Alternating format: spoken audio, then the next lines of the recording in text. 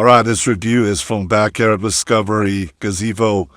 This one has the 14x12 tucked is in the corner of our yard.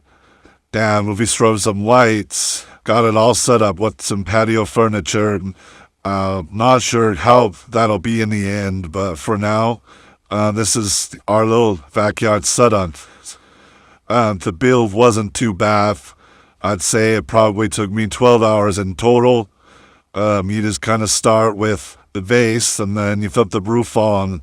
It's probably like a two-person job once you get to the roof section of things.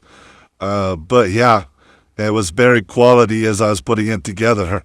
You've got great instructions, lots of nuts and bolts. It comes with even just spare parts, a couple tools to help you out.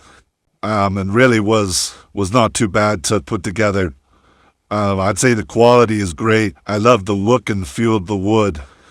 I think the color and just the overall look is a great aesthetic, and it matches some of their other products, the Grill Master one.